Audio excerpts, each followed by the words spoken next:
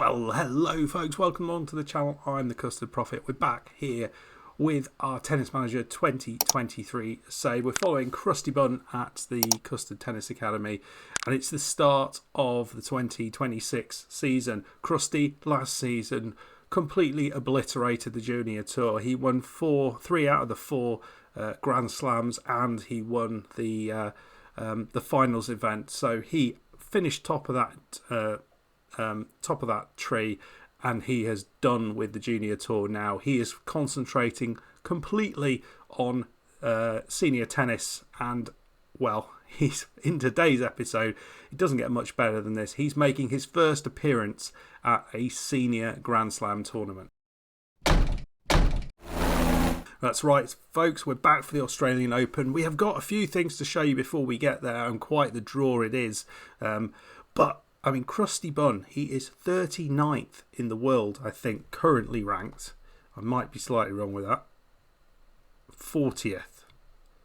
So he's ranked, oh no, 39th. I don't know. I don't understand why he's 39th there. Anyway, he's in the top 50, and he's yet to play at that level, which is slightly bizarre considering, you know, he was in the top 100 relatively, you know, well, during the period of other Grand Slam events, but despite us going in for them, we weren't allowed to compete. Don't understand why, but Crusty's now here, apparently 39th, and he is going to be involved in that, so that is very, very exciting. I mean, I was wondering what is the best ranking for a player to make their first appearance in a Grand Slam event. It can't be far away from what Crusty is. I would have expected it to be higher, because I mean, most players can qualify, at least get in the qualifiers in the hundreds. So why hasn't Crusty been allowed to do that? I don't know, but he's probably broken some sort of record with that. So we want to look at the goals. These are the goals that have been set, and yeah, that's a bit of a spoiler here at the end of last season. We need to finish in the top 70. We're currently ranked 40, so we're certainly doing that. We need to participate in the Next Gen finals. We are currently ranked first to participate in that, and we need to qualify for a Grand Slam. Well, we've already done that. We just haven't quite got there yet, so that will be another one ticked off. And you'll see the bottom one, we need to get to a final of a continental tournament, and we have won one of those. So, yeah. It is all good, my friends, all good. So let's jump over and have a look at that tournament victory. So it was in the Numine Open in New Caledonia. It's not necessarily the place that most people would be going. So not Australia, but it's sort of budget Australia. And Crusty was ranked first here. He had a, well, you'd think he would win this, but he did, and he did it pretty well. Won his against a qualifier 6-3, 6-2 from Greece. Then Evan Wen, the 6-2, 6-2 victory, and then against another American, Victor Lilov, in the quarterfinals. Again, very comfortable 6-4, 6-1. Player almost in the top 100, Jordan Thompson, who would be a bit of a local favourite, not quite from New Caledonia, but not that far away in comparison to Crusty, and a 6-4, 6-4. The challenging one was this Romanian qualifier, 593rd. It was a bit of a tricky one, but Crusty got over the line, won in 3 sets, 6-3, 2-6, 6-2. So Crusty, in his first tournament of the season, has got the win. He's got the 100 ATP points, and that is all very, very positive. Now, we've also been busy in the academy, and we have been upgrading the infrastructure. We actually got some money from the board, around £300,000. They said to us, if we keep doing well, they'll keep looking after the academy. They'll keep pumping money in. So we have made use of that, and we've actually bought in a couple of purchased the development of a couple of things. We're getting the track. This gives us sprint training, which I think is going to be important, as well as another staff space. I'm not sure what the treatment that we get for that is. And we've also got the Play & Co connected courts, and this will again give us a boost in money.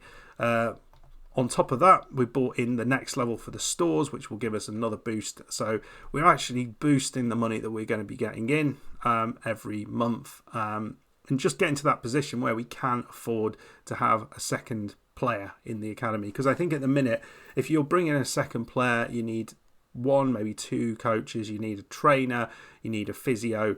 So there's quite a few players that, quite a few staff members that need to kind of come in to look after that player. Which might make things a little bit more tricky. So as things stand, that is where we are with the academy. In terms of Crusty himself, we've been working on a few things here, and you can see one of the things that was increased was some of our non-trainable mental attributes. So you can see some of these have been boosted. The likes of confidence, I think with confidence was up by 2. Composure, killer instinct was up by 1. I don't think we had an increase in fighting spirit, so that happened at the end of the season. Still not sure how that works, but it does seem to happen incrementally. Often happens at the end of the season, but maybe I've got that wrong. But anyway, Crusty has done really well. He's got a great start to the season. Let's go and have a look who he's drawn in the Australian Open. So it's a tricky one. It is a tricky one. He is going to be playing 13th seed Denis Shapovalov, who is Canadian. He's never played a player this good.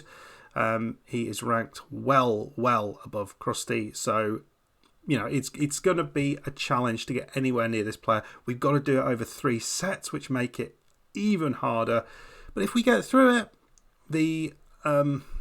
the reward is a match against either Gregor Dmitriev, who is going to be a very challenging opposition, or Yuri Rodionov of Austria, who is outside the top 100. And you feel there might be a chance with that match. Doesn't matter what happens, though, we will pick up £109,000 just for getting this far. So that's all very, very good. Right, folks, let's dive in. Let's play match number 1, and probably the only match of this Australian Open, because he's going to have to do some bloody tennis to get through this. So Shapovalov, his in good form. Hard court win rate is just over 70%. He plays normally as an attacker.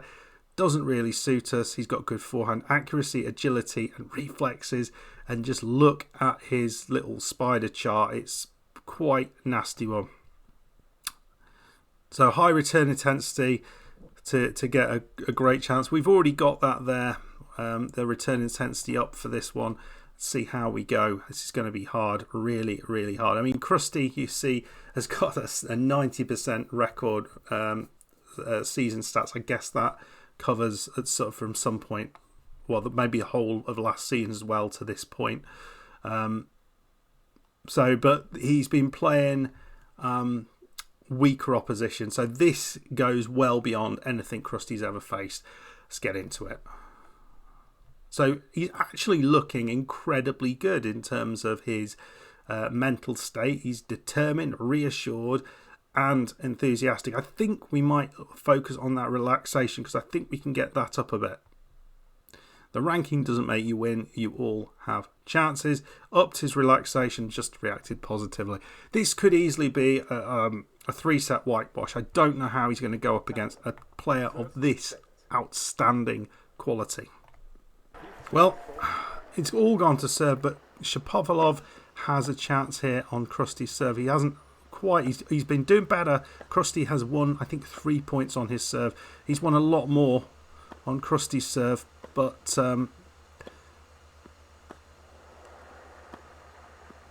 got his chance here, and Crusty has put that wide, and it's 6-4. So first set goes Shapovalov, but it's a tight one. I'm just struggling to see what Crusty can do here. I did have a play in the middle of the set.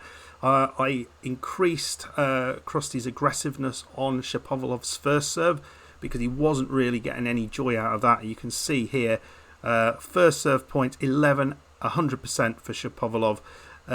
We're getting a little bit more joy out of the second serve. And again, I went a little bit more aggressive on that one as well. I'm not quite sure what we do with this return, because we're struggling to get anything good out of it. Need to do something. You can sort of see what I'm doing here.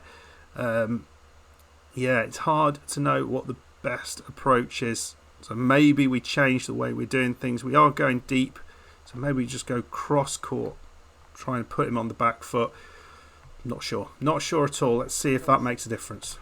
It looks like Crusty's getting a few more points on Shapovalov's serve, but again, first opportunity goes to the Canadian on Crusty's serve, and I'd just like to see Crusty hold one at this level.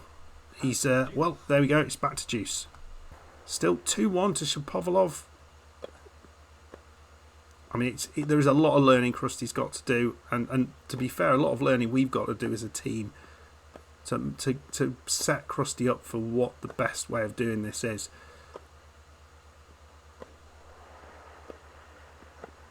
Oh, he's gone wide with that one, and there we go, he's got the break. And here we go, Crusty is looking like he is going to drop this second set as well. Really struggling. I mean, we've trying some stuff and it's just not working. We'll have a look at the stats at the end of this, but really struggling to see what we can do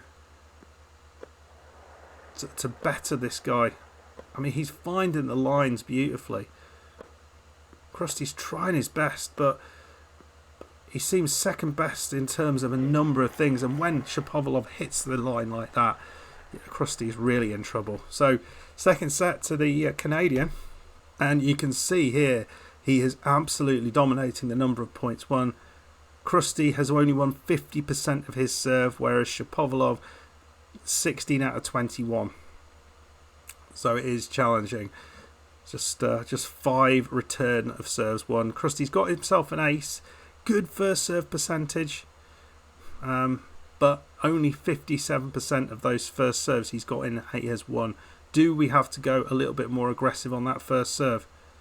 We're yet to win a second serve though. That's a worry. That is a worry. What the heck do we do here? We're getting almost nothing on the winners. Just don't have that ability to hurt this player, it seems.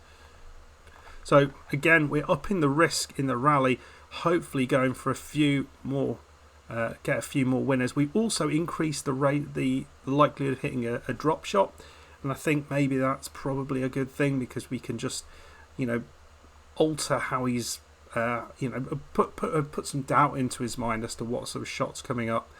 I don't know. Right, see if that does anything. I mean, we've changed a bunch of stuff through this and it doesn't seem to have made a hoot of difference here. It just looks very, very strong. And unfortunately here, we're 2-1 up and we are love 40 down.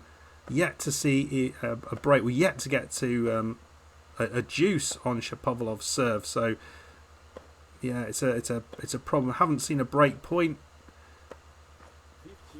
But, yeah. Come on, Crusty. He's saved that one. Oh, good God. Is that the pressure getting to him? It's the breaker's serve, and it might be all he needs. And there we go. Again, Crusty's been pretty good on his own serve, but it just has not been anywhere near Shapovalov's serve. So what do we need to do? What do we need to do to put that right? Is it working on return of serve? Feels like that's an area that was really not very good. If we look at the stats here, we see the big problem. 1 out of 42 first serves won when returning. Not good enough. 40%, I'd take that, but this cannot be won. That cannot be won. Getting a few more winners there in that, maybe in that third set. No, maybe not. It was the first set. He was got a few. Yeah, no, it's been pretty level all the way through. Winners across the board. He was getting us, knocking us for 6. What would you do there? How would you get around that? Because Crusty was doing all right actually when he went into the longer rallies, but the problem was it never really reached that stage. He was killing the points off really quickly, and that seems to be where it was happening. So we were trying to hit the ball long, trying to keep it at the back of the court. What should we have done? Bit more spin maybe? Not sure. We tried a few things, none of them worked. But it's a learning curve for Crusty, and we'll have to just take it. He's got opportunity now to do a bit more training. We'll focus on a few things. Probably that returner serve, that feels like that's let us down hugely. Got an 11 at the minute, but maybe that we need to work on that quite carefully. Oh, folks, not too happy with that, but you know, it is what it is. It's taught us a lot. I think it's taught us an awful lot. Let's see what Australia Tennis have got to say. He seems to be emotionally affected. Yeah, he was disappointed. Yeah, level was too high. He did pretty much everything better.